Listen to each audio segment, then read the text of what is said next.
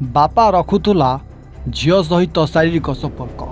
बापा सुभाष चंद्र मिश्र से निजे शारीरिक संपर्क रखी मते गर्भवती करथिले।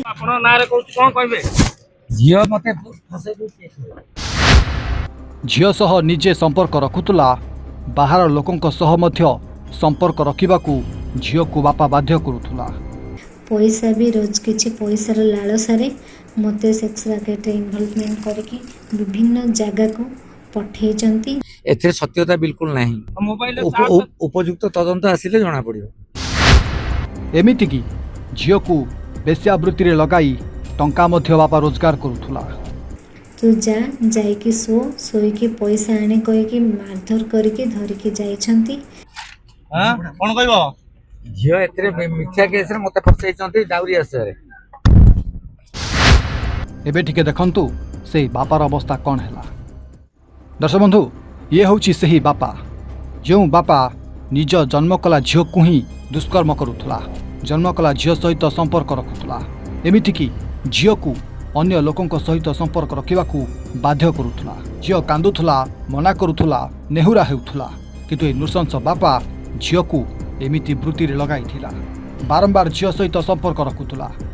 एमितिकी झीर अभियोग मुताबक बापा ता झील को 3 मासर गर्भवती मध्य करेई देथिला और निजे गर्भ निरोधक बेटिका आनी झील को खाइबा को देथिला और झीर गर्भ को नष्ट करिथिला। से भी माने मो बापा सुभाष चंद्र मिश्र से निजे शारीरिक संपर्क रखी मते गर्भवती करथिले। एते बेले गोटे बापा झील को अन्य मानक सहित सोइबा पय बाध्य करे, निजे भी सुए, परिवार लोकों को उपस्थिति रे सुए। तापरे मते सेक्स रैकेट्स रे इन्वॉल्वमेंट करिकी पैसा भी रोज किछि पैसार लालसारे मते सेक्स रैकेट रे इन्वॉल्वमेंट करिकी विभिन्न जगह को पठे चंती, निजे धरिकी भी जाइछंती। तू जाइकी सोईकी पैसा आने कहीकि मारधर करके धरिकी जाइछंती। जाइकी ज्योति होटल आ दिगपहंडी रे किछिटा रूम बुक करके सेठी मते बाध्य करी शारीरिक संपर्क रखिया को भी कहिसंती। जो घटना घटिबा परे एबे सारा अंचल रे कुकुआ भय खेली जाइछि। केमिति गोटे नृशंस बापा है निज बढ़िला झील सहित एभली कांड घटुला ताकू नहीं पूरा अंचल रे ए बापा को छीछाकर करा जाउछि। तेबे पूर्वरु ए झील जनक एमिति गोटे वीडियो करी सोशल मीडिया रे भाइराल करिथिले। जो वीडियो रे से बापा तांको सहित कौन सब करुला गोटी गोटी करी झील जणै दिथिले और एमिति गोटे वीडियो करी सोशल मीडिया रे भाइराल करी जो घटना परे पुलिस ए वीडियो जेतेबेले पाइथिला पुलिस निज तरफ गोटे अभियोग पत्र को ग्रहण करिथिला और निजे तदंत करथिला। तदंत पर जना पड़िथिला कि ए नृशंस बापा प्रकृत रे झील सहित एभली किछि कांड घटाइछि। कारण झील पूर्वर मध्य एमिति गोटे वीडियो करी सोशल मीडिया रे भाइराल करिथिला, किंतु एबे झील एमिति वीडियो करी सोशल मीडिया रे भाइराल कला पर पुलिस एबे ए नृशंस बापा को गिरफ करथिया नै जना पड़िछि। हां आज्ञा, गिरफ हित आपजनक हेउछि सुभाष मिश्र। सूचना अनुसार गत गुरुवार दिन नेमखंडी थाना अंतर्गत वासुदेव नगर रे जड़े युवती निज जीवन को हराई देवाई उद्यम करथिला, जाफल ताकू संगे संगे हस्पिटाल भर्ती कर जाइथिला। किंतु ता पूर्वर युवक जनक एमिति गोटे वीडियो कर तार निज बापा ना रे तथा सुभाष मिश्र ना रे एक संगीन अभियोग आनिथिला। से वीडियो रे कहिथिला कि बापा कुआडे निजे ए झील सहित शारीरिक संपर्क रखुछि, एमिति कि देह व्यवसाय करिया पई मध्य झील को लगाउछि। किछि टंका पाइबा पई शारीरिक संपर्क रे झील को बारंबार अन्य लोकों सहित संपर्क रखा बापा बाध्य मध्य कुआडे करुछि। जो वीडियो भाइराल होगा पर घटनार तदंत आरंभ करथिला पुलिस। तदंत पर नेमखंडी थाना पुलिस आज से युवती बापा सुभाष मिश्र को गिरफ्त कर कोर्ट चालाण करिछि। सेपटे कोर्ट चालाण पूर्व सुभाष निजर बयान रखिछि गणमाध्यम आगे। से कहिछि जे मो झील मिथ्या केस रे फसई दिछि, झीर कथार किछि सत्यता नाही, अधिक तदंत कले सत्य कौन ता सामनाक आसियो बोली सुभाष मिश्र कहिछि।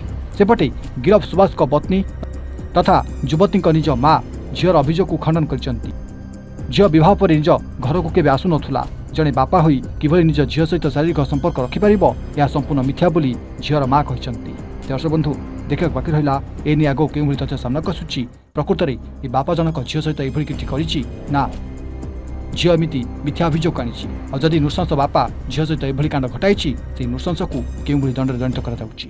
घटना आज्ञा से तो बाहा दिन ठू आउ रिटर्न थरे भी बापा घरु आसिने से कौन से दिन कौन टे गंडगोल है ତାଙ୍କେ ପୁଅ ପିଲାର ଗାଡିରେ ଏକା ଝିଅକୁ ଧରି ପଳେଇଲେ। ତାପରଠୁ ଆଙ୍କେ ଜିନିଷ ପତ୍ର ପଠେଇଦେଲା, କି ଆଉ ଗଲେନି, ଆଙ୍କେ ଗଲେନି କି ତାଙ୍କେ ବି ଆଉ ଆସିଲେନି। ତାପରେ ମୁଁ ଶୁଣିବାକୁ ପାଇଲି ଯେ ସେ କଣ ମେଲାଣି ପାଇଁ ବୋଲିକି 80 ନା ଲକ୍ଷେ ଟଙ୍କା 80,000 ଫୋନ ପେ ରେ ପଠାଉ ବୋଲି କହିଲା। କହିବାରୁ ଆଙ୍କେ ଆମ ଝିଅ କହିଲେ କି ତୁ ଆସିକିରି ଖାଦ୍ୟ କରିକି ଯିବୁ ବୋଇଲେ ମୁଁ ଦେବି ସିନା, ସେମିତିରେ ଦେଇପାରିନି ବୋଇଲେ। ସେଠୁ ଡିସ୍ପ୍ୟୁଟ ତାଙ୍କର ଆରମ୍ଭ ହେଇଛି। ଝିଅ ଏମିତି ଅଭିଯୋଗ କରିବା ଭିଡିଓଟା ଭାଇରାଲ ହଉଛି ଦେଖୁଛନ୍ତି, ଏମିତି ଅଭିଯୋଗ କରିବାଟା ଏଇଟା କେତେ ଦୂର ଠିକ କଣ? ମୁଁ ତ ଆଜ୍ଞା ଠିକ ବୋଲି ଭାବି ପାରିବିନି, କାହିଁକି ମୁଁ ହେଲେ ଝିଅ ଜନ୍ମ କରୁଛୁ, ଆମେ ଗୋଟେ ବାପା ହିସାବରେ ଏତେ ବଡ ଗୋଟେ କ୍ରିମିନାଲ, ମୁଁ ସେଟାକୁ ଆଶା କରିପାରୁନି। ଦେଖନ୍ତୁ ଝିଅ ବାହାଘର ପରେ କୋଉଠି ହେଲେ ଥିଲା, କଣ ଘରକୁ କେବେ ଆସୁଥିଲା କି ନାଇଁ? କାର ଘରୁ? ବାପା ଘରୁ ଝିଅ କେବେ ଆସି? ନାଇଁ ଆସିନି ଆଜ୍ଞା, ଥରେ ବି ଆସିନି। ବାହା ହେଇକି ଯେମିତି ଗଲା ସେ ଝିଅ କହୁଛି ଯେ ସମସ୍ତଙ୍କ ସମ୍ମୁଖରେ ସିଏ ବାପା ଶାରୀରିକ ସମ୍ପର୍କ ରଖୁଥିଲେ ଅନ୍ୟମାନଙ୍କ ସହିତ ରଖିବା ପାଇଁ। ଆଜ୍ଞା ତାର ଏନକ୍ୱାରି କରନ୍ତୁ, ପୁଲିସ ଏନକ୍ୱାରି କରିକି ଯାହା ସମ୍ମୁଖରେ କରୁଥିଲା ସେମାନଙ୍କୁ ଡାକିକିରି ଗୋଟେ କ୍ଲିୟରେନ୍ସ ହଉ, ଗୋଟେ ପ୍ରମାଣିତ ହବା ଦରକାର। କାହିଁକି ସିଏ ମଧ୍ୟ ବୟସ୍କ ହେଲାଣି, ତାର ହାର୍ଟ ପେସେଣ୍ଟ, ସିଏ ତାର 6ଟା ଷ୍ଟୋନ ପଡିଛି ଛାତିରେ। ତାର ଷ୍ଟୋନ ପଡିଲାରୁ ମାସେ କାଳ ଯାଇକି ଭୁବନେଶ୍ୱରରେ ଝିଅ ବାପା ଥିଲେ, ମୁଁ ମଧ୍ୟ ଯାଇଥିଲି। ସେତେବେଳେ ଯାଇଥିଲି, ଝିଅ ବାପାର ସମ୍ପର୍କ ଭଲ ଥିଲା ବାହାଘର 6 ମାସ ଆଗରୁ। ସେ କହୁଥିଲା ମୋ ବାପା ମୋ ପାଇଁ ଭଗବାନ ବୋଲି କହିବାର ମୁଁ ମଧ୍ୟ ଶୁଣିଛି। ହଁ ମୁଁ ସେଇଟା ଏକା ଭାବୁଛି ଆଜ୍ଞା, ଶ୍ୱଶୁର ଲୋକ ଏକା ଏଇଟା ଗୋଟେ ପ୍ଲାନ୍ କରିକି ଆକୁ କୋଉ ବାଟରେ ହେଲେ ଗୋଟେ ହଇରାଣଟା ପକାଇବା ବୋଲିକିରି ଏଇଟା ଗୋଟେ ଯୋଜନାବଦ୍ଧ ବୋଲି ମୁଁ ଅନୁମାନ କରୁଛି। ମୁଁ ତ ସଠିକ କହିପାରିବିନି, କିନ୍ତୁ ମୋର ଅନୁମାନିକ ସେ ଟାଇପର। ହଁ ଝିଅର ଅଭିଯୋଗ ମୋ ମତରେ ସମ୍ପୂର୍ଣ୍ଣ ମିଥ୍ୟା। ସେ କଣ ହେଇଛି ମୁଁ ଜାଣିନି ଆଜ୍ଞା, ମୁଁ କଣ କହିପାରିବି କୁହନ୍ତୁ। ଏ ବାବଦରେ ଆମେ ଓନ୍ ଇନଫର୍ମେସନ କେସ୍ କରିଥିଲୁ, ବିକଜ କିଛି କୌଣସି ପ୍ରକାର କେସ୍ ଆସିନଥିଲା। ଏଇଟା ମଧ୍ୟ ଖବର ନ୍ୟୁଜରୁ ପାଇଲୁ। ତାପରେ ଆମେ ସାଙ୍ଗେ ସାଙ୍ଗେ ଓନ୍ ଇନଫର୍ମେସନ କେସ୍ କଲୁ। ତଦନ୍ତରେ ଆମେ ଯାହା ପାଇଲୁ, ସେ ଝିଅ ଅଭିଯୋଗ କରୁଛି ତା ବାପାଙ୍କ ନାଁରେ। ଆଗୁଆ ମଧ୍ୟ ଥରେ ଅଭିଯୋଗ କରୁଥିଲା ସୋସିଆଲ ମିଡିଆରେ ଭାଇରାଲ କରିକି, ତା ବାପା ତାକୁ ସେକ୍ସୁଆଲ ଆବ୍ୟୁଜ କରୁଛନ୍ତି ବୋଲି। ଏ ବାବଦରେ ଆମେ ପୁଙ୍ଖାନୁପୁଙ୍ଖ ତଦନ୍ତ କଲୁ। ତଦନ୍ତରେ ଆମେ ଜାଣିବାକୁ ପାଇଲୁ ଯେ କିଛି ଚାର୍ଟ ଆମେ ତାର ମୋବାଇଲରୁ ପାଇଲୁ, ଯୋଉଟା କି କହିଲା, ପ୍ଲସ୍ ଆମର କିଛି ଯାହା ଆମର ମୃତ୍ୟୁକାଳୀନ ଜମାନ ମନ୍ଦିରରେ ତାର ବାପା ନାଁ ବି କହିଛି। ଆଉ ଏମିତି ବହୁତ ଗୁଡେ ଏକ୍ସଟ୍ରା ଜୁଡିସିଆଲ କନଫେସନ ମଧ୍ୟ ଗୁଡେ ସେ କରିଛି। ତା ହଜବେଣ୍ଡକୁ, ତାର ଦିଅରକୁ ଆଗରେ କହିଛି ଯେ ମୋ ସହିତ ବାପାଙ୍କର ଏମିତି ହଉଛି, ମୁଁ ସେଟା ମେଣ୍ଟାଲି ପିସ୍ ପାଇପାରୁନି, କଥା ମଧ୍ୟ ଆଗୁଆ କହିଛି। ସେ ଏଇ କଥାକୁ ଭିତ୍ତି କରି ଆଉ ଅଲଗା ଅନ୍ୟାନ୍ୟ ତଥ୍ୟକୁ ଭିତ୍ତି କଲା ପରେ ଆମେ ପ୍ରାଇମା ଫାସି ପାଇଲୁ ଏବଂ ତାକୁ ତା ବାପା ସୁଭାଷ ମିଶ୍ର ଯିଏ ଟିଚର ଅଛନ୍ତି ତାକୁ ଆଜି ଗିରଫ କରାହେଲା, କୋର୍ଟ ଚାଲାଣ କରାଯାଉଛି। ହ୍ୱାଟ୍ସଆପରେ କଣ ସାର୍ ଚାର୍ଟ ଯୋଉ କିଛି ସେ ଯୋଉ ଅଭିଯୋଗ କରୁଛନ୍ତି ତା ବାପା କାହା ସହିତ ମାନେ ଅଛି, ବହୁତ ଗୁଡେ ଅଛି। ପାଖାପାଖି ଆମେ 65 ଆମେ ହ୍ୱାଟ୍ସଆପ ଚାର୍ଟକୁ ଡାଉନଲୋଡ କରିକି ରଖିଛୁ, ତାକୁ କୋର୍ଟକୁ ଦେବୁ ତାପରେ ପ୍ରୋସିଜରରେ। ତ ସେଥିରେ ଗୋଟେ ବହୁତ ଗୁଡେ ତଥ୍ୟ ଆମର ପାଇଛୁ ଏ ସଂକ୍ରାନ୍ତରେ। ଆଉ ବହୁତ ଗୁଡେ କଥା ମାନେ ଏଇଟା କହିହବନି, ଆମେ ଛଡ଼ା ପାଇଛୁ। ଝିଅର ମା, ଝିଅର ମାମୁଁ ଏଗୁଡ଼ା ପୁରା ଖଣ୍ଡନ କରୁଛନ୍ତି, ଗୋଟେ ଷଡ଼ଯନ୍ତ୍ର ବୋଲି କହୁଛନ୍ତି। ନାଇଁ ତ ପ୍ରଥମରେ ଯିଏ ବୋଲି ସେ ଆଗ ମନା କରିବ ତ ଆମକୁ ବି ମାନେ ବିଶ୍ୱାସ କଲା ଭଳିଆ ଜିନିଷ ଆପଣ ମାନେ ବି କିଏ ବିଶ୍ୱାସ କରିବେନି। ଏଇଟା ଗୋଟେ ଆଲିଗେସନ ହଉଛି, ବଟ୍ ବାରମ୍ବାର କଲା। 2 ଥର ଏମିତି ହେଲାଣି, ପ୍ରଥମ ଥର ଏମିତି ଥରେ ଭାଇରାଲ କରିଥିଲା ଗୋଟେ। ତ ଆମେ କିଛି ଜିନିଷ ଆମେ ପାଇଲୁ, ଏଥିରୁ ସତ୍ୟାସତ୍ୟ କିଛି ଅଛି ବୋଲି ଆମେ ଜାଣିବାକୁ ପାଇଲୁ ଏବଂ ସେଇ ଆଧାରରେ ଯାହା ବି ପ୍ରମାଣ ପାଇଛୁ ଆମେ ତାକୁ ଆଜି ଗିରଫ କରି ଆପଣଙ୍କର ଅଭିଜ୍ଞତା ଦୃଷ୍ଟିକୋଣରୁ ଦେଖିନେ ଏଇଟା ବହୁତ ଲଜ୍ଜାଜନକ ବିଷୟ।